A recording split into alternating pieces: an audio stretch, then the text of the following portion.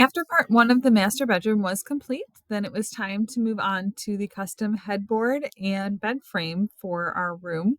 And these pictures show Kyle getting the frame in place for that headboard. Kyle and Lucas worked together to put that top beam in place. And this was a really heavy, almost 100-pound beam. So it was quite an endeavor for them to tag team and get that in place. And these two strong guys were able to make that happen. Although, towards the end, when it didn't quite get into place, I was a little concerned as I was taking the video here. But no injuries happened in the making of this video. Everything turned out just fine. It did not fall. We saved it, and everything went into place as we planned. Right after the beam almost fell, these two got it wedged in there perfectly and right exactly where it needed to be.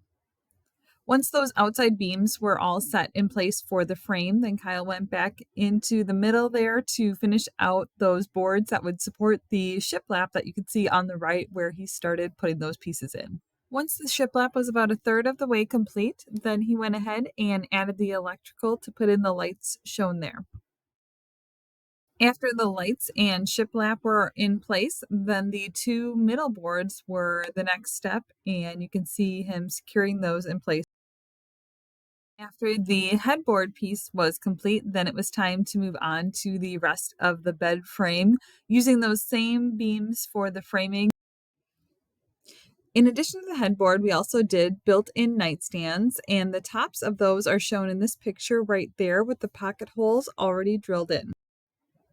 Starting to paint the nightstands.